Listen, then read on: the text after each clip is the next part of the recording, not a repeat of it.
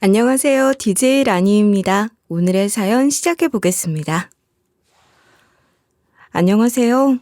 저는 나이 60대 후반에 접어들기 시작한 할머니입니다.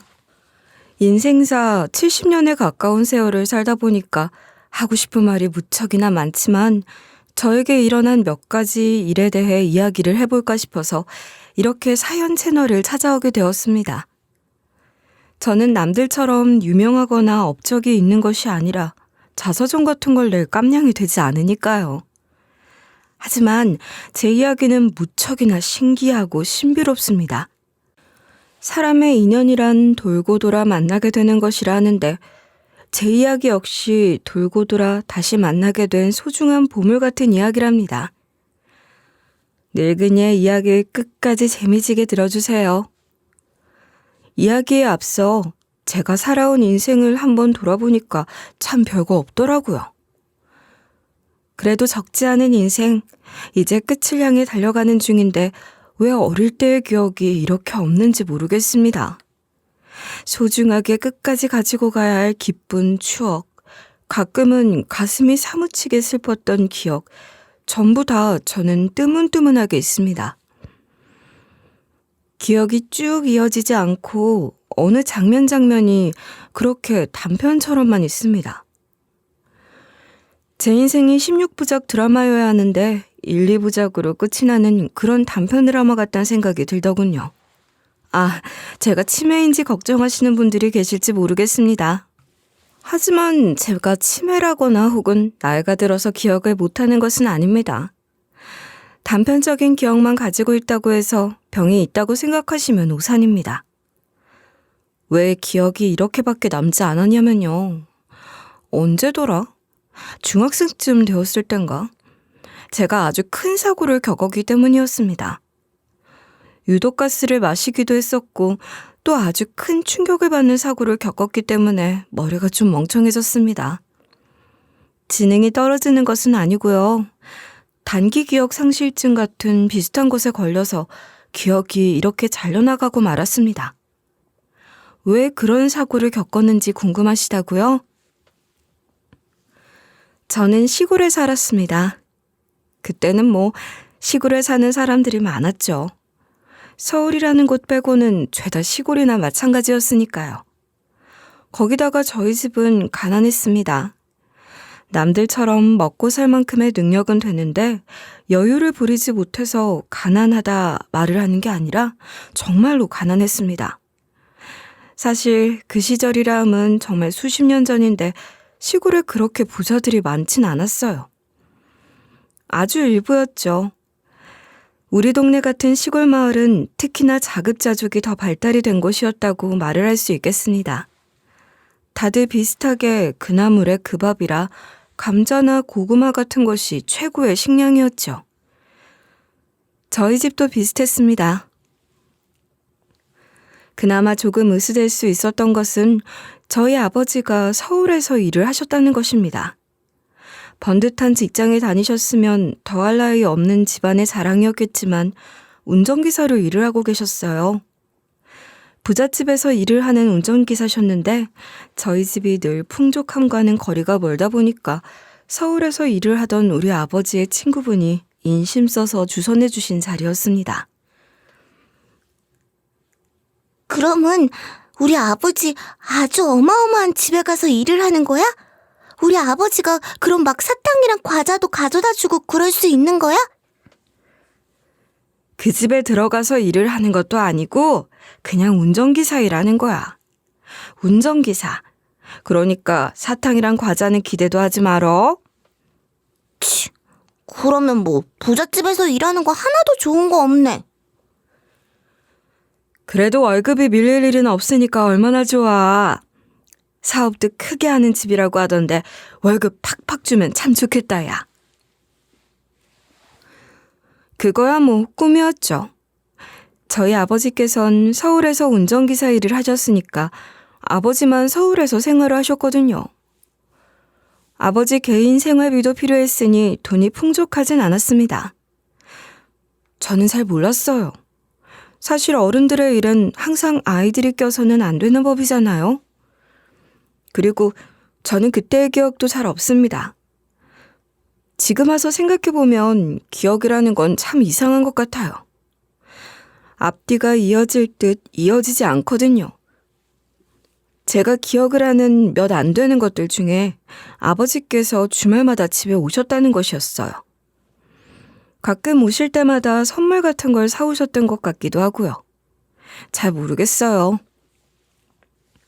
제가 과거의 기억을 되살려서 사연을 쓰려고 노력을 하곤 있는데 과거를 떠올릴 때마다 뭔가가 방해라도 하듯이 머리가 아파오더라고요. 우리 아버지께서는 서울에서 일을 할 때만큼은 상당히 멋쟁이셨습니다. 그도 그럴 게 부잣집에서 운전기사로 일을 하셨으니까 그에 걸맞는 차림새를 하셔야 했거든요. 사장님의 아주 비싼 차를 끌고 엄청 좋아 보이는 양복을 입고 머리까지 단정하게 손질을 하신 채로 운전기사 일을 하셨습니다. 그게 부잣집 사장님께서 요구한 조건이었다고 하셨어요. 그리고 그 지원은 전부 사장님께서 해주셨고요. 그러니 저희는 꿈도 꿔본 적이 없는 비싼 양복을 아버지께선 매일같이 바꿔 입으시며 일을 하실 수 있었죠. 저희 집은 돈이 필요했기 때문에 아버지께선 주말에 내려오실 때마다 꼭 주급을 들고 오셨어요. 이건 역시 사장님 댁에서 배려를 해주신 덕분이었습니다. 저와 엄마는 아버지께서 품에 꼭 안고 들고 오시는 그 주급으로 생활을 해왔습니다. 우리 엄마한텐 자식이 저 하나밖에 없었거든요. 오늘은 그래도 일이 빨리 끝나서 다행이다. 우리 딸이 참 효녀야. 그 고사리 같은 손으로 엄마 일을 도와주겠다고 노력을 하니 말이야. 방학이라서 할 것도 없는데 뭐 어때? 그리고 나 이제 손 제법 컸거든? 언제까지 엄마는 나를 어린애로 볼 거야? 나도 이제 숙녀야, 숙녀. 숙녀라니 이상하다, 야. 엄마는 우리 딸이 천천히 컸으면 좋겠어. 그래서 엄마랑 오래오래 같이 살았으면 좋겠어. 우리 딸은 언제가 됐든 엄마의 아가야. 그렇게 말하니까 이상하게 소름이 돋는 것 같지? 엄마, 나도 이제 1인분은 해낼 수 있다고. 그러니까 엄마도 나한테 좀 의지를 해. 엄마가 너한테 의지를 하라고? 아니지. 우리 딸이 평생 걱정 없이 엄마만 의지하고 살았으면 좋겠는걸? 엄마는 늘 저를 보면 더 해주지 못해서 아쉽다고 하셨어요. 하지만 저는 엄마의 사랑을 듬뿍 받았다고 생각했습니다. 엄마랑 저랑은 시골집 근처에 있는 밭에서 일을 하면서 삭을 받아서 생활을 했습니다. 물론 아버지께서 들고 오시는 주급도 꽤 괜찮았지만 그래도 한 푼이라도 더 벌어서 도움이 되자는 생각을 했었거든요. 저는 어렸기 때문에 엄마의 일을 돕는다고 해서 삭을 받아올 수 있었던 것은 아니었지만 그래도 밭주인 부부는 저에게 몰래 눈깔 사탕도 주시고 또 감자나 고구마를 나누어 주기도 하셨습니다. 그게 제 몫을 해낸 거라 생각했어요. 그러던 어느 날이었습니다. 제 인생을 뒤바꾼, 아니 뒤흔들어 버리다 못해서 제 세상을 무너지게 만든 사건이 일어나게 되었습니다. 정말 기억이라는 게 그날만큼은 온전했으면 참 좋겠는데 그날의 사건 때문에 제 기억도 이렇게 단편적으로만 남게 된 것이었어요. 그만큼 저에겐 충격적인 일이었다는 거죠. 아마도 생일 축하를 하려고 했던 것 같습니다. 시골집에서 자랐기 때문에 저희 집 마당 한켠에는 꽤 큰 나무로 지어진 창고 같은 것이 있었습니다. 그 창고는 저희 집에 있었지만 창고를 빌려 쓰는 사람이 따로 있었어요. 그 창고엔 마른 건초가 참 많았는데 그건 전부 소 여물이었습니다. 저희 집 근처에 축사가 하나 있었거든요. 여름이면 정말 그 축사 냄새 때문에 힘들 정도로 가까운 곳에 있었어요. 제가 초등학교 5학년 때부터 아마 축사에 들러서 가끔 소에게 여물을 주고 일당을 받았으니까 그쯤부터 저희 집 나무 창고에 여물들이 보관되어 있었던 것 같습니다. 이게 또 바싹 말라야 괜찮다고 하더라고요. 근데 저도 기억은 잘 나지 않아서 모르겠습니다. 그 당시엔 케이크라는 것은 구하기도 힘든 것이었습니다.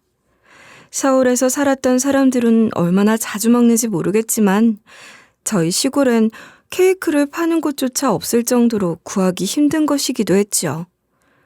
저는 늘 꿈을 꿨습니다. 제 생일날 떡이 아니라 케이크를 받아보는 것을 말입니다. 물론 떡도 귀하고 비싼 거라 생일에 못 먹는 경우도 많았지만 케이크 한번 먹어보는 게 일생일대의 소원이기도 했지요. 근데 그날은 제가 케이크를 선물 받았던 것으로 기억합니다. 케이크에 빨리 초를 붙여서 그 귀한 생크림을 한 입 떠먹고 싶었는데 엄마는 바빴습니다. 하필이면 제 생일날 일거리가 많아서 큰돈을 벌 수 있을 거라고 아침부터 분주하게 일을 나가셨어요. 엄마를 기다려야 한다는 것을 알았지만 저는 케이크에 정신이 팔리고 말았습니다. 케이크를 먹을 땐 꼭 촛불을 불어야 하지 않겠습니까? 살짝만 떠먹어 보겠다고 결심을 하고 혼자 케이크에 불을 붙였던 것 같습니다.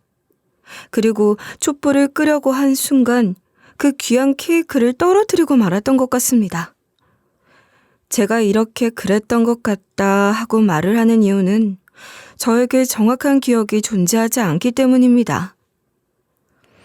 정말 잘 기억이 나지 않습니다. 초를 불다가 촛농이 튀었던 걸까요?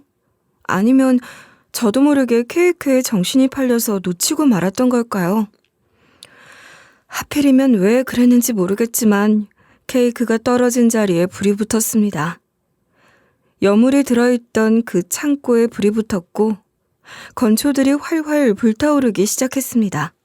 저는 아마 어린 마음에 불이 나서 놀랐던 것 같아요. 불을 꺼야 한다는 마음이 급하게 들었던 것 같아요. 마른 건초들이 얼마나 불에 잘 타는지 그 위력을 몰랐던 거죠. 저는 그 여물들이 우리 집 재산이 아니니까 그 여물들이 전부 다 타버리게 되면 그만큼 우리 엄마랑 아빠가 돈을 버느라 고생을 해야 한다고 생각을 했던 것 같습니다. 그래서 불을 끄려고 창고에 들어갔어요. 사실 중학생이었으니 그렇게 어린 나이도 아니었을 겁니다. 중학교 1학년, 제 생일이었으니까 아마 8월이었을 겁니다. 여름방학이었을 거예요. 저는 아마 집에 아무도 없었기 때문에 혼자서 그 불을 끄려고 하다가 화염에 휩싸였던 것 같습니다. 창고엔 순식간에 큰 불이 번지게 되었고 저는 그대로 연기를 마시고 기절을 했던 것 같습니다. 아마도 그랬기 때문에 제가 눈을 딱 떴을 때 병원 천장이 눈에 들어왔겠죠. 저는 병원에서 눈을 떴습니다. 누군가가 저를 지나치지 않고 도와주었구나, 나 살았구나 하는 안도감이 들었을 때 우리 엄마가 울면서 소리를 치는 게 보였습니다. 여기요, 여기 의사 좀 불러줘요. 우리 딸 눈 떴어요. 여기요, 사람 없어요? 저는 몸을 일으키고 싶었지만 일으킬 수가 없었어요. 그리고 너무나도 아팠습니다. 머리도 아팠지만 등이 불타고 있는 것처럼 아파왔어요. 저는 몸을 살짝 틀어서 누웠습니다. 순간 의사들이 들어왔고 저에게 이것저것 질문을 했어요. 연기를 마시면서 목을 다친 건지 목소리가 잘 나오지 않았지만 숨은 쉬어졌습니다. 그렇게 의사가 엄마와 무슨 이야기를 하더니 사라졌고 그때부터 엄마는 엉엉 울면서 퍽퍽 소리가 나게 저를 때리기 시작했습니다. 저는 순간 엄청나게 겁을 먹었습니다. 제가 창고를 홀라당 태워먹은 바람에 우리 집에서 물어줘야 할 돈이 어마어마하게 생겼구나 싶어서 심장이 손톱만큼 쪼그라드는 기분이었습니다. 거기다가 병원비는 또 얼마나 많이 나오겠어요. 정신이 들어? 정신이 드냐고. 너 이름이 뭐야? 여기가 어디야? 나 머리가 너무 아픈데. 엄마 왜 그래? 나 김자인. 여기는 병원.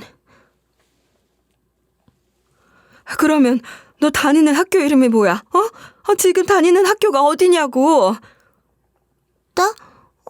그게 맞다. 나 명석초등학교. 질문에 대답을 하자마자 엄마의 눈이 왕방울만하게 커졌어요.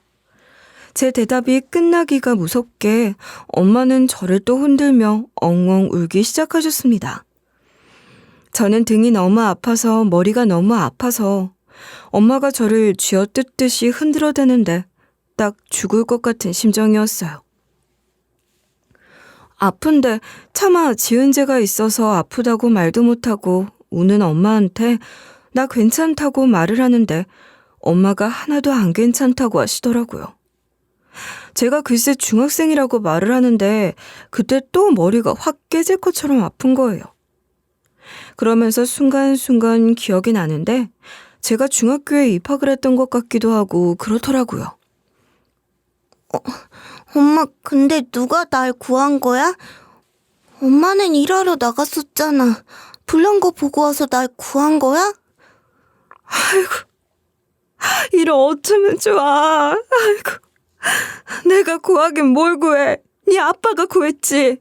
네 아빠가. 아빠가? 아빠가 집에 언제 왔었어? 그럼 아빠는 지금 어디 있는데? 아빠도 다쳤어, 설마? 이거사, 정말 어쩌려고 그런 짓을 했어. 이 죄를 어떻게 다 씻어내려고. 엄마, 그게 무슨 말이야? 아빠한테 무슨 일이라도 생긴 거야? 왜 그러는데? 네 아빠는 탈출 못했어. 불길에 쌓인 그 창고에서 너를 구해내고, 아니, 탈출을 하긴 했는데 온몸이 불길에 휩싸인 채로 그렇게 나왔어. 전신에 화상을 입어버렸다고. 그럼 지금 아빠는 어디에 있는데? 아빠는? 지금 중환자실에 있어. 그런데 전신 화상이 너무 심해서 손을 쓸 방법이 없대. 오늘이든 내일이든 당장 어떻게 된다고 해도 이상한 게 아니라고. 저는 몸이 아픈 것도 잊어버리고 아빠가 있다는 중환자실에 달려갔어요. 아빠는 따로 집중 치료실에 있었기 때문에 가까이에서 마주할 수 있는 상태도 아니었어요. 전신 화상 때문에 감염에 취약한 상태였고 사람이 가까이에서는 안 된다고 했어요. 유리창 너머로 아빠를 바라보는데 전신에 붕대를 감고 있었어요. 눈까지 칭칭 감고 있었어요. 미이라 같았어요. 의사 선생님이 하는 말도 너무 무서웠어요. 전신 화상이 너무 심합니다. 이미 감염이 시작되었고 진물이 나오고 있어요. 이 상태론 회복이 불가해 보입니다. 눈도 이미 실명 상태로 보이고요. 연기를 많이 마셔서 배가 화상을 입었던 것 같습니다. 지금 산소 농도도 떨어지고 있어요. 마음의 준비를 하셔야 할 거예요. 저는 주저앉아 버리고 말았습니다. 아빠는 유일한 자식인 저를 살리려다가 그런 사고를 당하게 된 것이었어요. 불길이 활활 불타오르는 나무 창고에 어떻게 될지 미래를 뻔히 알면서도 딸 자식을 살리겠다고 뛰어들어서 이런 사고를 당하고 말았던 것입니다. 도대체 그 케이크가 무엇일까요? 저는 그때부터 집안의 원수, 망나니를 자처했습니다. 여물을 다 태워먹어서 빚도 생겼지. 아빠의 병원비는 감당이 안 되지. 참 제가 몹쓸 년인 게요. 우리 아버지 사고당한 지 4일째 되던 날 돌아가셨거든요. 근데 속으로 병원비 덜 나와서 다행이다 싶었다니까요. 저 진짜 못돼 처먹었죠. 저는 그때부터 엄마의 얼굴을 제대로 보지 못했습니다. 저도 치료를 받아야 했거든요. 등에 화상을 입었거든요. 하긴 우리 아빠의 온몸이 불탔는데 제가 화상 한 번 안 입은 게 이상하지 않겠어요? 하지만 저는 죄책감에 등의 화상 치료도 제대로 하지 못했습니다. 그저 남기고 싶었어요. 우리 아빠의 흔적을요. 저는 그놈의 죄책감에 일을 열심히 했습니다. 엄마는 아빠가 돌아가신 뒤에 넋이 나간 사람처럼 굴었고, 저는 그런 엄마의 몫을 대신해서 일을 해야 했어요. 동네 사람들은 저한테 손가락질을 하면서도 저를 불쌍히 여겼어요. 하지만 실화는 끝나지 않았죠. 19살에 저는 우리 엄마도 떠나보내야 했습니다. 빚은 날이 갈수록 줄지 않았고 엄마는 삶의 의미를 잃은 사람처럼 굴었어요. 전 우리 엄마가 아직도 이해가 안 돼요. 이 나이 먹도록 말이죠. 아무리 그래도 딸 하나 덜렁 냅두고 아빠의 옆으로 갈 생각을 할 수가 있겠습니까? 이건 정말 해도 너무한 거란 생각밖에 안 들더라고요. 한 가지 참 웃긴 게 뭐냐면요. 엄마가 그렇게 세상을 떠나니까 저한테 남겨진 빚이라는 게 영원이 됐다는 겁니다. 조만간 사람이 찾아올 건데 상속을 포기한다고 말해. 그러면 우리 엄마가 남긴 재산 하나도 못 받는 거 아니에요? 그래봐야 다 쓰러져가는 이 집 전세금이 전부라지만. 그러니까 그 푼돈 받겠다고 빚까지 떠안아서 되겠어? 상속 포기하면 집안의 빚도 포기가 되는 거야. 전세금 몇 푼보다 빚이 더 많으니까 당연히 포기해야지. 저는 이장님의 말을 들었습니다. 정말로 상속을 포기하니 빚도 포기가 되었어요. 하지만 저는 집을 잃었고 갈 곳이 없었습니다. 19살이란 나이였기 때문에 법적으로 보호를 받아야 했어요. 그래서 저는 결국 고아원에 들어가게 되었습니다. 여름방학이 시작되기 직전이었기에 저는 6개월이 조금 넘는 시간 동안 시설에서 생활을 하고 20살이 되었을 때 고아원에서 주는 조금의 자립금을 받아서 무작정 서울로 상경을 했습니다. 사실 서울이란 곳은 꿈 같은 곳이었어요. 아빠가 일을 하던 사장님 댁에 가보고 싶다는 생각으로 무작정 온 것이었죠. 부잣집이라고 했으니 저를 좀 도와줄 수 있지 않을까 싶었거든요. 하지만 그 집을 찾을 수는 없었죠. 주소도 모르고 기억도 없었으니까요. 서울은 참 빠른 곳이었습니다. 그래도 서울에 와서 다행이라고 느낀 것은 일자리가 참 많다는 것이었어요. 일단 어디든지 취직을 해야지만 먹고 살 수 있었기 때문에 저는 3교대로 돌아가는 공장에 취직을 했습니다. 좋았던 게 뭔지 아세요? 잠을 잘 곳을 준다는 것이었습니다. 업무도 반복되는 단순한 업무였어요. 그냥 시키는 대로 일을 하기만 해도 돈을 준다니 참 좋지 않겠습니까? 저는 이런 단순 노동이 잘 맞는다고 생각했어요. 단순 노동을 하면서 저에게 있었던 과거를 잊는 건 어려운 일이 아니었죠. 20살 때부터 꼬박 5년 동안 일을 했습니다. 25이 되고 제가 모은 돈으로 집을 구하기란 택도 없다는 생각이 들었어요. 공장 기숙사 같은 곳에 살고 있었는데 5년째 되던 날 기숙사에서 나가라는 소리를 들었습니다. 공장이 잘 되면서 거기도 공장으로 증축할 거라고 하더라고요. 그렇게 저는 집을 구해야 했어요. 동시에 저는 다른 직장을 알아봤습니다. 여기 공장은 월급이 작거든요. 그래서 다른 의류 공장에 취직을 하게 됐어요. 먼지 때문에 머리가 더 아파오는 것 같았지만 일 자체는 어렵지 않았습니다. 자칫하다가 손을 다치는 일이 많이 생기긴 했지만 숙달되니까 괜찮았어요. 그래도 반지하 새방을 구해서 살 수 있었습니다. 공장에서 멀지 않았어요. 하지만 사고가 일어났죠. 반지하다 보니까 밖에서 고개를 들이밀면 제 방이 훤히 보였거든요. 주인집 아줌마가 길가 쪽 방을 줬거든요. 쇠창살은 달려있었지만 쳐다보는 건 막을 수 없었어요. 신문지로 막아봐야 어떻게 문을 닫았다고 그걸 들여다보더라니까요. 한 번은 씻고 나왔는데 뭔가 이상해서 보니까 웬 남자가 저를 쳐다보고 있는 거예요. 변태야! 아줌마! 주인 아줌마! 도와주세요! 거기요! 사람 없어요? 도와주세요! 시끄러! 조용히 안 있으면 내가 이거 문 닫다고 들어간다.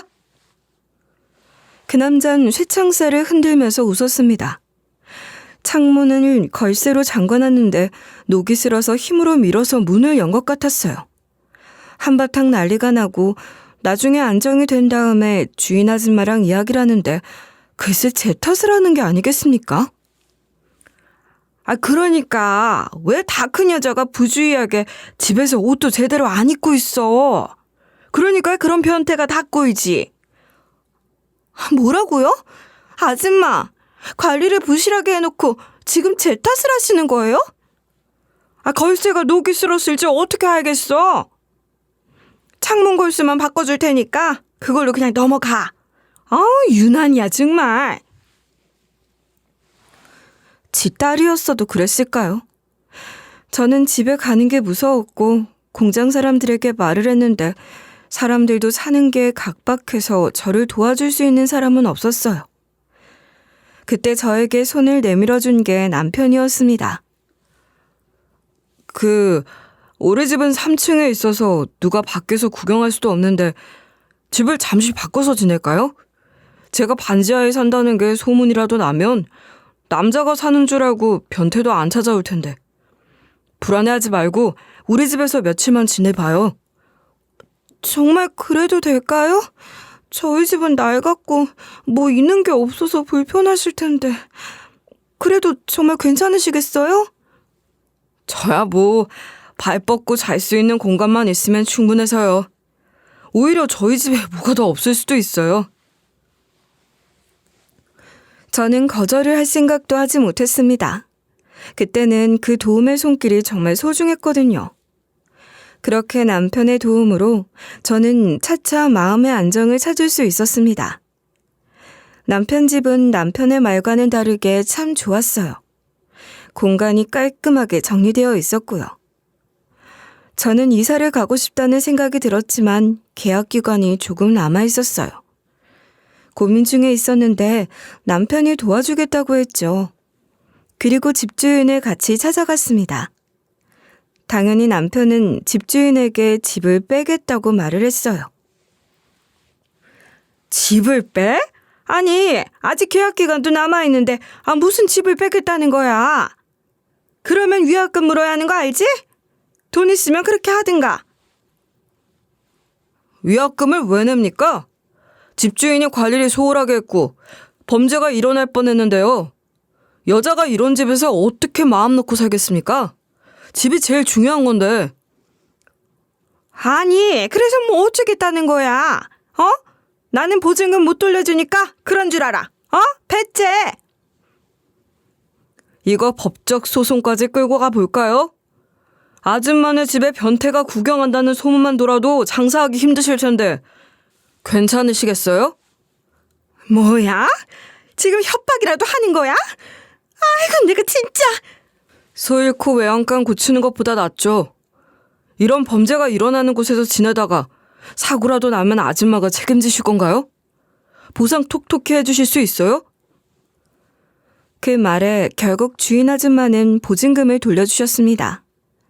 저는 그 돈으로 남편이 알아봐준 집에 들어갈 수 있었습니다.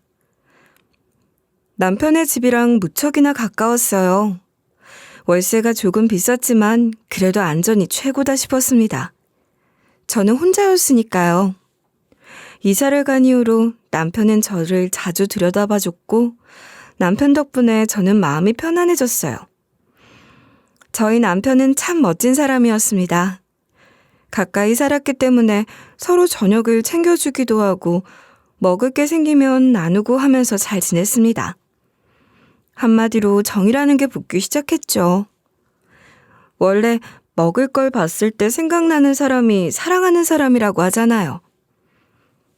저희는 서로를 그렇게 챙기다가 연인이 되었습니다. 그게 제 나이 27살 때 이야기입니다. 저희는 속전속결로 결혼을 했어요. 그때가 나름 결혼 정년기라고 생각이 들었거든요. 28살에 식을 올렸습니다. 시부모님께서는 저를 불쌍히 생각하셔서 그런 건지 모르겠지만 이뻐해 주셨어요. 참 마음고생이 많았겠네. 그래도 좌절하지 않고 이렇게 열심히 하루하루를 살아간 걸 보면 의지는 대단한 아이인 게야. 내가 부모의 목까지 우리 며느리 사랑해주마. 어머님, 부족한 저를 예쁘게 봐주셔서 정말 감사합니다. 앞으로는 어머님께 잘하면서 살게요. 서로 너무 잘하려고 노력은 하지 말자. 그게 부담이 될 수도 있으니까. 원래 가족끼린 그렇게 신경 써서 챙기는 게 아니라 뭐 하나를 봐도 나누고 싶은 마음이 절로 들어야 하는 법이지. 네, 어머니께서 말씀하신 대로 제가 가진 걸 다 나누어도 아깝지 않을 만큼 잘하면서 살겠습니다. 그 힘든 환경 속에서도 이리 꿋꿋하게 살아와 주었으니 내 아들이랑 지지고 볶고 사는 날들 걱정 안 해도 되겠구나. 여자가 생명력이 있어야 가정이 단단해지는 법이야. 시어머니께서는 늘 저에게 좋은 말씀을 많이 해주셨어요. 가끔 제가 실수를 할 때마다 혼을 내시곤 했지만 그게 시집살이가 아니라 정말 부모의 마음을 가지고 저를 바라봐 주셨기에 자연스럽게 나온 호통이라는 것을 알았습니다. 사실 제가 불을 조금 무서워해서 부엌일이 어려웠었는데 시어머니께선 그런 저를 다 이해해 주시고 천천히 기다려 주셨어요. 저는 인생의 축복을 얻은 것 같은 기분이었습니다. 이런 남편을 만나고 또 시부모님을 만날 수 있었던 것이 축복이 아니면 무엇이겠습니까? 저는 결혼 후에 자식도 둘이나 낳았습니다. 아이를 키우면서 일을 그만두었지만 남편은 가족들을 먹여 살리기 위해 가장의 노릇을 톡톡히 해냈습니다. 남편은 저와 자식들을 위해서 온몸을 불살랐습니다. 역시 가족이 생기면 그렇게 슈퍼맨이 되는 건가 봅니다. 저는 그런 남편을 위해 내조를 열심히 하려고 했어요. 하지만 생활이 엄청 좋아지진 않았습니다. 그렇다고 나쁜 것도 아니긴 했지만 말이죠. 세월이 참 무색하게도 좋아질 생각은 하지 않고 시간이 지날수록 힘들어지기만 했습니다. 남편이 버는 돈으로 빠르게 돌아가는 세상에 적응하기 힘들었고 또 IMF가 터지면서 줄줄이 공장들이 도산을 했거든요.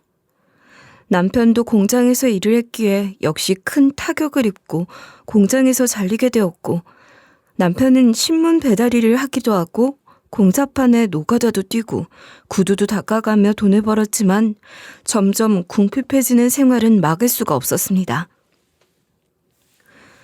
그래서 우리 자식들에게 공부 한번 마음 놓고 제대로 시켜주지 못했습니다. 남편은 하루빨리 제대로 된 직업을 가져야 한다고 생각을 했고 고생하다가 반도체 공장 비슷한 곳에서 단순 노동을 하는 직업을 가지게 됐습니다. 하지만 이게 천추의 한이 될 줄이야. 그때는 꿈에도 생각하지 못했습니다. 남편은 제 나이 50에 암에 걸렸습니다. 그렇게 뼈 빠지게 고생한 값이 암이라니 믿어지지가 않았죠. 남편은 투병을 시작했고 우리는 점점 빚이 쌓였어요. 아니, 그렇게 건강하던 사람이 갑자기 암에 걸리는 게 이상하잖아요. 그 반도체 공장에서 일을 하다가 암에 걸리는 경우가 있다고 하던데 이것도 그런 거 아닙니까? 산재 처리를 해주셔야 하는 거 아니냐고요. 어떻게 공장 노동자를 무시할 수가 있어요? 아니, 정확한 증거를 들고 오시라니까요. 솔직히 저희도 안타깝긴 마찬가지입니다. 같이 일을 하던 사람이 암에 걸렸다는데 누가 좋겠습니까? 근데요, 그 공장에서 암에 걸렸다는 건 말이 안 되는 소리죠. 막말로 술도 좋아하시고 담배도 태우셨는데요. 그거야. 아니 그래도 일단 의심은 할 수 있는 거 아닙니까? 괜히 생사람 잡지 마시고요. 치료에나 힘쓰세요. 자꾸 이렇게 와서 방해하시면 저희도 경찰 부를 수밖에 없습니다. 공장에선 당연히 우리 탓이 아니라고 딱 잘라 말을 했습니다. 하나뿐인 제 남편은 5년이라는 시간 동안 암투병을 하다가 세상을 떠나게 되었습니다. 그때 제 나이가 55살이었어요. 연로하신 시부모님도 아프기 시작하셨죠. 시부모님의 병간호도 해야지, 병원비 벌어야지. 우리 자식들이 취직을 했다고 해서 기댈 수가 없었습니다. 공부도 제대로 못 시켰는데 이제 와서 돈 버니까 돈 내놔라. 그 말을 어찌하겠습니까? 시간이 지나 아들, 딸 결혼시킬 돈도 필요했는데 돈이 없더라고요. 저는 식당에서 일을 하게 되었습니다. 밤낮 없이 돈 벌어도 모이는 게 없더라고요. 시부모님 두 분 다 돌아가신 건 제 나이 63살이었어요. 다 보내드리고 나니까 제 자식들도 결혼을 해야 하는데 돈이 없어 민망할 지경이었죠. 빚에 정말 자식들에게 뭐 하나 해주지 못했어요. 그래도 제 자식들 알아서 잘 살더라고요. 어머니, 솔직하게 말해서 어머니께서 저희에게 뭐 해준 것도 없고 매번 비디하기만 하셔서 저희 마음도 풍족하지 못한 상태로 컸어요. 그래서 어머니를 도와드리긴 어려울 것 같습니다. 미안해, 엄마. 우리도 결혼도 해야 하고 가정을 꾸리고 나면 어떻게 엄마한테 용돈을 주면서 살 수 있겠어. 집에서 눈치가 보이겠지. 괜찮다. 내가 언제 뭐 그런 거 바란 적 있겠니? 너희들이나 잘 살면 됐지. 말은 그렇게 해도 속은 속이 아니더라고요. 저는 제 인생이 늘 똑같이 가난했다 생각이 들었어요. 나이가 1살 더 먹으니 어디 일을 할 곳도 없었어요. 식당은 가스불이 무섭더라고요. 화력이 세잖아요. 이리저리 인력사무소를 돌다가 가사도우미로 일을 하기 시작했습니다. 자식들 결혼한다기에 제 집 팔아서 돈도 나누어져 버렸는데 가사도우미로 입주를 해서 일을 하게 되면 주말에만 지낼 곳을 찾으면 되니까 괜찮겠더라고요. 그 생활을 4년쯤 했을 때 좋은 기회가 찾아왔어요. 평창동에 있는 재벌가에서 가사도우미를 하게 된 것입니다. 그 집 사모는 저랑 나이가 같았는데 피부과 시술을 자주 받는 건지 얼굴에 주름 하나 없더라고요. 누가 봐도 제가 언니 같아 보였습니다. 저는 말을 깎듯이 하면서 사모님하고 눈치껏 일을 했어요. 그 집에서 입주도우미로 일을 한 지도 1년이 지났을 때였습니다. 하필 집 근처 수도관이 터져서 공사를 하게 됐고 물을 쓰지 못하게 된 거예요. 아줌마, 오늘 몸도 찌뿌둥한데 때마침 물도 안 나오고 말이야. 나랑 같이 목욕탕이나 가서 지지고 오죠? 내가 때밀이까진 쏠게요. 사모님 혼자 가시는 건 어떠실까요? 제가 같이 가면 조금 민망할 수도 있잖아요. 다 늙어빠진 몸뚱이 같은데 민망할 게 뭐가 있어요. 같이 가요. 나 혼자 가는 거 별로야. 재미없어. 이럴 때 가서 계란 먹으면서 드런드런 인생 이야기도 하고 그런 거지. 저는 등에 있는 화상 자국 때문에 대중탕이란 곳을 가본 적이 손에 꼽혔습니다. 잘 곳이 없어서 찜질방에서 잔 적이 몇 번 있었는데 그때 말곤 갈 곳이 없었죠. 사모님이 가자는데 혼자 가라 할 수도 없어서 결국 따라갔죠. 쭈뼛쭈뼛 서 있는데 사모님이 뭐가 부끄럽냐며 옷을 벗기 시작하셨고 사모님 민망하면 안 되니까 저도 서둘러 등을 지고 옷을 벗었어요. 그 바람에 사모님이 제 화상 자국을 정면으로 보시게 된 겁니다. 어머나, 세상에, 등에 그 자국이... 아이고, 죄송합니다. 못 볼 걸 보여드렸네요. 징그러우셨죠? 저는 등에 잘 보이지 않아서. 그게 어릴 때 사고를 당해서 이렇게 됐습니다. 정말 죄송합니다. 아니, 다친 건데 그걸로 뭘 죄송할 게 있겠어요.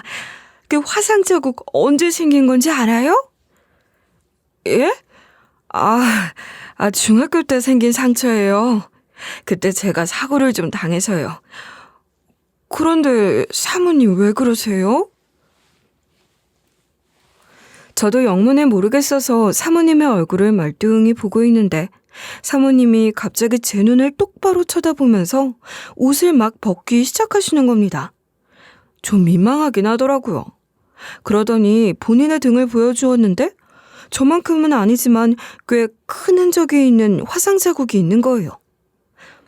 저는 깜짝 놀랐습니다.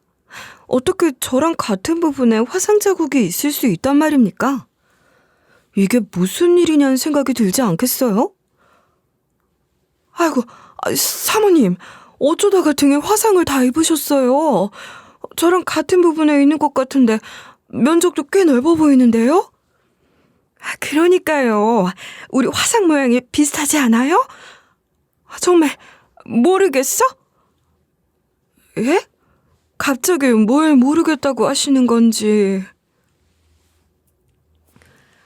자인아, 김자인. 내가 이름을 봤을 때 긴가민가 했어. 나를 딱 잡아 모른 척하길래 나도 부끄러워서 모른 척하는 줄 알았지. 정말 기억이 안 난단 말이야? 네? 아니, 무슨 소리를 하시는 건지요? 저 너무 당황스럽습니다. 너 자인이 맞잖아. 제천에 살던 자인이. 아니, 제가 제천에 살았던 건 맞는데 저는 사모님을 정말 몰라요. 여기 와서 일하면서 처음 알았단 말입니다. 나를 몰라? 서윤이, 나 양서윤이라고. 어떻게 나를 까먹을 수가 있어? 죄송합니다. 사람을 착각하신 것 같아요. 정말 양서윤이라는 이름 처음 듣습니다. 그럴 리가 없어. 제천에 살던 자인이가 맞다며. 김학선 운전기사님 딸 김자인 아니냐고. 어머나 세상에, 맞는데? 우리 아빠 이름 김학선. 우리 아빠 이름 맞는데? 우리 아빠를 어떻게 알고. 아니 사모님, 이게 무슨. 그 순간 사모님이 무너지듯이 주저앉으며 오열을 하기 시작했습니다. 목욕탕에 목욕하러 와서는 발가벗고 이게 무슨 일인가 싶었죠. 하지만 저도 묻고 싶은 게 많았습니다. 저는 기억을 단편적으로 잃은 사람이고 그 기억의 조각을 채울 수 있는 게 어쩌면 사모님이란 생각이 들었기 때문이었습니다. 우리 아빠를 어찌 알아요?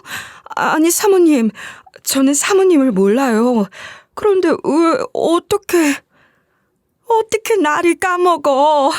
우리 이 화상 같이 입은 거잖아. 우리가 장난치다가. 아니, 그게 무슨. 사고를 당할 때 분명히 나 혼자였는데 같이 있었던 사람이 있었고 그게 사모님이라고요? 아니야, 자인아. 나도 함께였어. 양서윤, 정말 기억이 안 나? 사실은 사고 때 연기를 너무 많이 마시고 또 충격을 크게 받아서 그런 건지 기억이 상실이 왔어요. 그래서 기억이 없습니다. 사고 내 무슨 일이 있었는지도 아주 드문드문밖에 기억이 안 나요. 그랬구나. 기억을 못했구나. 그럼 우리가 어떻게 친하게 되었는지, 사고 날 어쩌다가 그런 일이 일어난 건지 아무것도 기억을 못하는구나. 저는 알아야 한다고 생각했습니다. 그날 왜 화마가 우리를 집어삼켰는지, 우리 아빠를 그렇게 만들었는지 말입니다. 그러니까 이야긴 아주 과거로 돌아가야 합니다. 사모님이 중학교에 입학했을 때 사립학교를 못 가고 혼자 공립으로 떨어지면서 친구들이랑 갈라지게 되었다고 하더라고요. 근데 부잣집 중에서도 알아주는 부잣집의 딸이었던 사모님은 운전기사인 우리 아빠가 학교를 매일같이 데려다 주니까 친구들 사이에서 놀림을 받기 시작한 겁니다. 공주병에 걸려서 운전기사를 대동하고 다닌다고 말입니다. 사실 그 시절엔 돈이 좀 있다고 하면 위험한 사고를 당하는 일이 비일비재했습니다. 납치니 유괴니 사건 사고가 많으니까 사모님네 집안에서도 절대로 혼자서 걸어서 학교에 가는 건 안 된다고 했던 거죠. 사모님은 학교에선 공주님이란 별명을 달고 살아야 했고 집에서는 엄격하게 통제를 당해야 해서 너무나도 싫었대요. 사춘기가 슬슬 다가오기 시작하면서 사모님은 완벽하게 외톨이가 된 것이었습니다. 학교 친구들의 놀림이 점점 심해졌기 때문이었죠. 그런 사모님이 안쓰러웠던 아빠는 고민을 하다가 주말에 제천에 올 때 가끔 사모님을 데리고 오기 시작했습니다. 사모님이 저랑 동갑이니까 친구처럼 지내라고 말입니다. 사모님은 처음에 저희 집에 도착했을 때 너무 낡고 허름한 집이라 싫다고 했었다고 하더라고요. 처음엔 제천의 그 집을 보고 얼마나 놀랐는지 몰라. 이게 사람이 살 수 있는 집인가? 난 여기서 하루도 더 못 있겠다 싶었지. 그때 너를 만난 거야. 차인이 너를. 내가 그때 잘해줬었나요? 엄청나게 외향적인 성격이었지.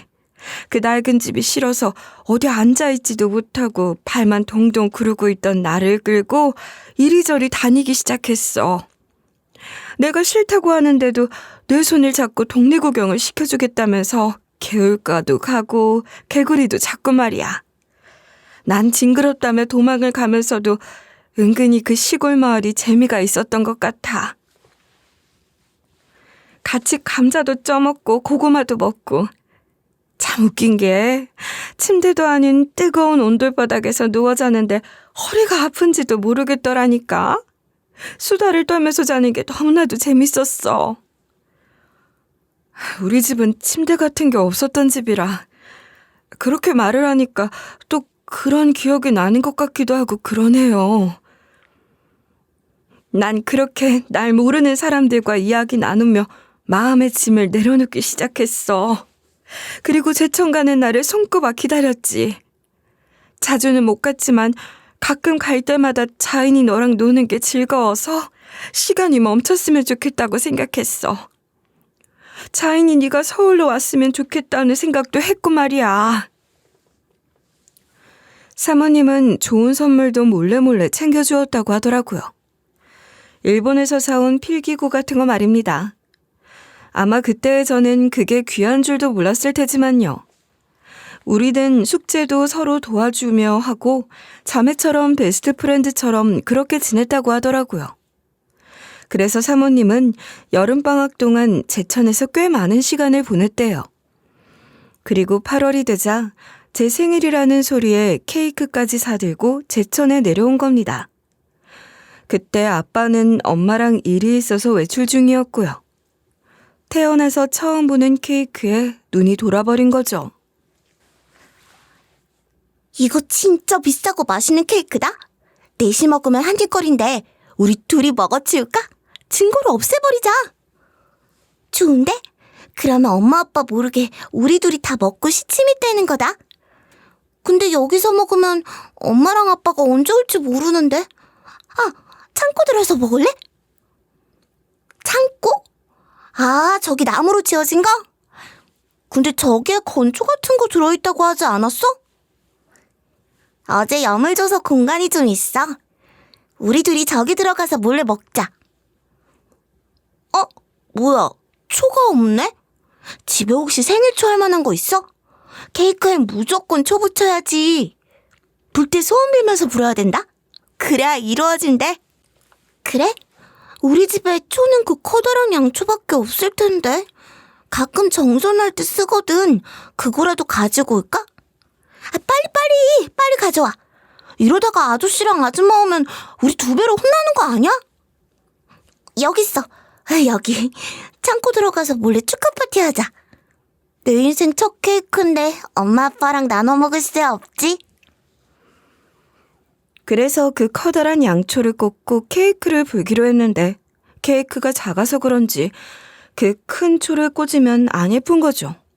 그래서 서윤이가 초를 들고 있고 저는 케이크를 들고 초를 불기로 했습니다. 생일 축하 노래도 부르고 초에 불을 딱 끄려고 후 부는 순간 서윤이가 초를 내밀었는데 그 촛농이 떨어지면서 서윤이 손에 똑 달라붙은 겁니다. 뜨거워. 어떡해. 화상 입은 거 아니야? 순간 초를 던져버린 서윤이는 손을 확인했는데 그 초가 글쎄 불씨가 붙은 채로 바싹 말라버린 건초더미에 떨어지고 말았던 것입니다.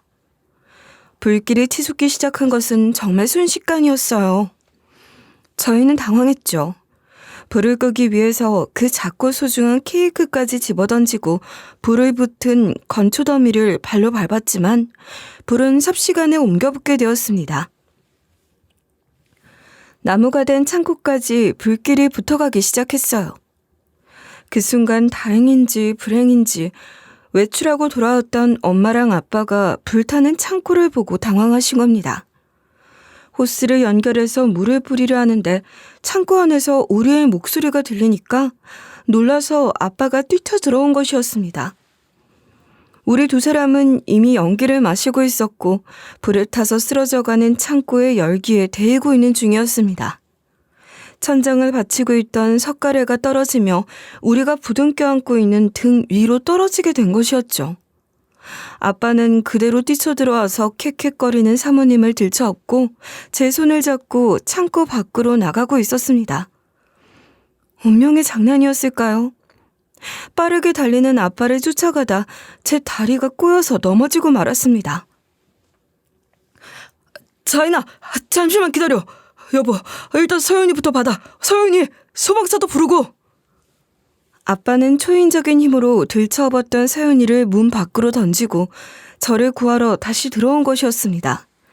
다리를 접질린 건지 욱신거려서 오도 가도 못하고 있었는데 아빠가 저를 감싸 안고 나가다가 창고가 무너지는 소리가 나고 그대로 저를 문 밖으로 밀쳐버린 채 아빠는 그 불타는 나무에 깔리신 겁니다. 그나마 입구 쪽이었고 엄마가 마당에 호스로 물을 연결해서 입구 쪽을 뿌리고 있었기에 아버지를 질질 끌고 나올 순 있었죠. 저는 기절을 해버려서 기억을 잃은 채로 병원에서 눈을 떴지만 서윤이, 그러니까 사모님은 그 광경을 전부 눈으로 똑똑히 목격을 했던 겁니다. 아빠랑 저랑 생사를 오가는 동안 사모님은 서울병원으로 이송되었습니다. 그리고 엄마에게 사모님네 가족이 난리를 쳤다고 하더라고요. 우리 딸한테 문제라도 생기거나 하면 다 같이 죽은 목숨일 줄 알아요. 운전기사? 해고야. 어떻게 우리 딸을 꼬드겨서 그런 곳까지 데려가서 이 사달이 나게 해? 죄송합니다. 죄송합니다, 사모님. 저희 남편 지금 생사를 오가고 있어요. 그래서 뭐 어쩌라고? 이런 일을 애초에 만든 게 누군데? 앞으로는 우리한테 연락도 하지 말아요. 치료비 같은 건 기대도 하지 말라고. 그 뒤론 사모님네와는 연락이 닿지 않았다고 하더라고요. 사모님은 그 뒤에 서울에 있는 병원에서 치료를 잘 받았지만 동네 병원에서 눈을 뜬 저는 아빠의 전신화상에 그리고 아빠의 죽음에 죄책감에 시달리게 된 것입니다. 그 이후 상황은 말 안 해도 잘 아시죠? 엄마가 그렇게 떠나고 고아원에 가고. 그 뒤에 운전기사님 소식을 들었어. 당연히 제천에 가려고 했어. 그런데 우리 엄마 아빠가 안 된다고 나를 가둬두다시피 했어. 무슨 불똥이 튈지 모른다고. 미안해. 내가 성인이 된 다음에 너를 찾으러 몰래 제천에 간 적이 있어. 그때는 이미 그 집이 없었어. 너도 없었어. 너 어디 갔냐고 동네 사람들에게 수소문을 했었어. 그때는 이미 우리 부모님 두 분을 다 잃고. 맞아. 불타서 죽은 지 그 딸? 걔 고아원에 갔어. 그러시더라. 마을 사람들도 참 너무하지. 어떻게 부모들 생각 한 번을 안 했을까? 나는 큰 충격에 빠졌고 너를 찾을 수가 없었어. 미안해. 보상을 하려고 했어. 그때 나는 사건의 진실을 알았으니까. 내 잘못이었으니까. 보상을 하려고. 근데 그래봐야 돈으로 무마하려는 부자들의 생각이라고밖에 들지 않더라. 사모님은 저에게 진심으로 사과를 하고 싶었대요. 돈으로 무마하고 넘어가고 싶지 않았대요. 그 당시에 돈을 쥐어줬더라면 저도 돈으로 무마하려는구나 하고 진심을 알아차리지 않으려 했을지도 모르겠어요. 그 이후에 제가 사모님의 집에 면접을 보러 왔을 때 제 이름을 보고 깜짝 놀랐다고 했습니다. 저인 것 같다고 생각은 했는데 세월을 살아오는 동안 제가 너무 포상 늙었으니까 긴가민가 했대요. 나야 꾸준히 관리를 받았으니까 이 정도 유지하고 있었던 건데 그 사실을 홀라당 까먹고 자인이 너를 처음 봤는데 내가 알던 자인이가 아닌 것 같은 거야. 세월이 50년도 더 흘렀는데. 그럴 수 있죠. 워낙 고생을 많이 했어서 남들보다 더 폭삭 늙었을지도 모르고. 게다가 나를 영 처음 보는 사람인 척 모른 척 하니까 일단 지켜보자는 마음으로 치용을 했는데 정말 모르는 사람처럼 굴더라. 내가 알던 자인이가 아닌가 보다 하고 마음을 접었어. 그런데 이렇게 목욕탕에 와서야 진실을 알게 될 줄은 꿈에도 몰랐어. 자인아, 내가 정말 미안해. 내가 잘못했어. 내 실수 한 번에 너는 모든 걸 잃었잖아. 미안해, 자인아. 저도 그날 사고의 상황을 정확하게 들은 건 처음이었습니다. 저는 기억이 단편적으로 날아갔으니까 그런 일이 있었을 거라고는 생각을 못했거든요. 불을 낸 건 제가 아니었던 거예요. 여태까지 제 욕심에 난 사고이고 잘못인 줄 알았는데 그게 아니었던 거죠. 저도 사모님과 함께 오열을 했습니다. 지나간 세월에 대한 억울함, 한탄, 그리고 부모님에 대한 그리움이 다 섞였죠. 목욕탕에서 등에 화상이 있는 두 사람이 오열을 하며 발가벗고 있는데 사람들이 뭔 일인가 싶었겠죠. 하지만 너무 처절하게 울어버려서 아무도 말을 걸 수 없을 정도였습니다. 그간의 모든 한이 눈물로 쏟아지는 중이었으니까요. 자인아 미안해. 내가 지금이라도 너에게 속죄를 할 수 있는 기회를 줘. 내가 보상을 할 수 있게 해줘. 아니야. 그래서는 안 돼. 그 보상을 받는다고 해서 우리 부모님이 살아 돌아오는 것도 아니고. 그래도 내 잘못이 맞지. 내가 그때 생일이랍시고 그랬으면 안 됐지. 초를 켰어도 밑에 뭘 받치고 해야 했어. 그 창고에서 내가 케이크를 다 먹겠다고 욕심을 부려서 난 사고인데. 그러면 이 화상치료라도 받자. 억겁의 시간이 눌려서 끔찍한 흔적을 남긴 이 화상. 이거라도 없애야 자인이 네 마음의 짐이 덜어지지 않을까? 이 화상을 달고 산 지도 50년이 넘었는데 이제 와서 지운들 그게 무슨 의미가 있겠어. 이 흔적은 평생의 내 업보이자 죄책감이고 우리 부모님을 기리는 거야. 나에게도 이런 흔적 하나쯤은 있어야지. 저희는 목욕도 하지 못하고 그대로 다시 집에 돌아왔습니다. 50년이 지났지만 사고의 이야기를 듣는데 생생하게 그림이 펼쳐지는 것 같았습니다. 우리 부모님의 황망한 얼굴, 불타던 그 창고, 그리고 서윤이까지 말입니다. 집으로 돌아와 방에서 멍하니 있는데 사장님이 호출을 하시더군요. 아마 서연이가 사장님께 모든 이야기를 한 것 같았습니다. 자제하게 해주십시오. 그때 만약 자인 씨의 가족이 우리 마누라를 살리지 않았다면 이렇게 자식 놓고 살지도 못했을 거 아닙니까? 보상을 받아주십시오. 화상 치료도 받고 살만한 집도 하나 얻어드리겠습니다. 미안합니다. 죄송합니다. 사실 이건 누구의 잘못이라고 할 수 없지 않겠습니까? 어려서 한 실수였고 실수로 끝날 일이 크게 번진 것뿐이에요. 그만큼의 속죄는 제가 살면서 어느 정도 했습니다. 그래도 이대로는 안 됩니다. 보상하게 해주세요. 그러면 저 죽을 때까지 해고하지 마시고 여기서 일을 하게 해주세요. 그 말에 말문이 턱 막힌 얼굴을 하시더라고요. 사실 제 사정은 대충 알고 있었거든요. 사장님 부부가요. 남편 죽고 자식들에게 버림받고 자식들에게 해준 게 없어서 도움조차 바라지 못하는 제 상황을 말입니다. 서윤이는 제 자식들을 집에 초대해달라고 했습니다. 저는 영문도 모르고 사모님 집에 자식들을 초대했습니다. 그 비장한 얼굴이 저절로 호출을 하게 만들었죠. 태어나서 처음으로 손질된 정원이 딸린 부잣집에 초대를 받게 된 자식들은 눈이 휘둥그레졌습니다. 오늘은 내가 오랜 친구를 다시 만난 날이라 그 자식들에게 식사를 대접하고 싶었습니다. 내 친구 자인이는 정말 대단한 사람이에요.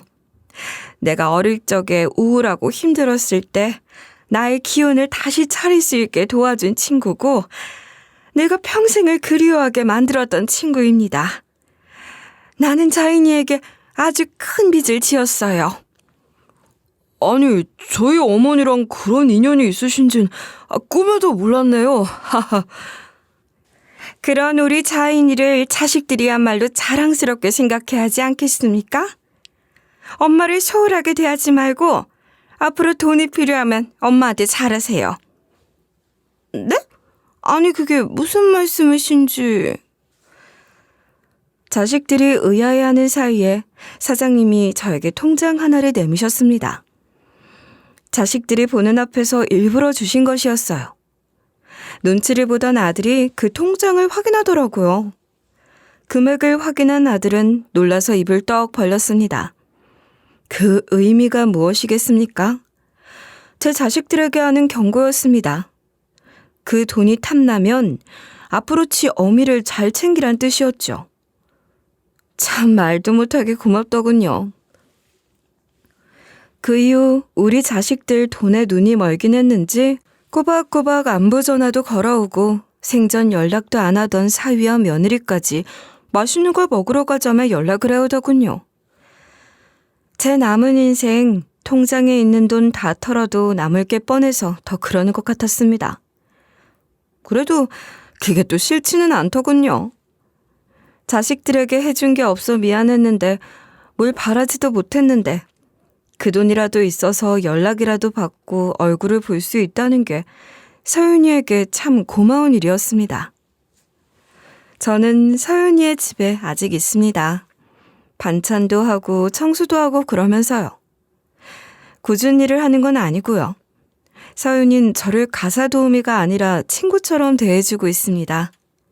사장님도 마찬가지고요. 말년에 복이 찾아오려나 봅니다. 그동안 고생했으니 말년이라도 편하라는 듯 같아요. 좀 더 시간이 지나 일을 그만두게 되면 그때는 서윤이랑 정말 손잡고 꽃 구경도 가고 여행도 가면서 여유를 찾아 살아보고 싶습니다. 이제는 그래도 되겠죠? 제 남은 인생 행복하길 바란다고 응원의 한마디를 부탁드리며 사연을 마치겠습니다.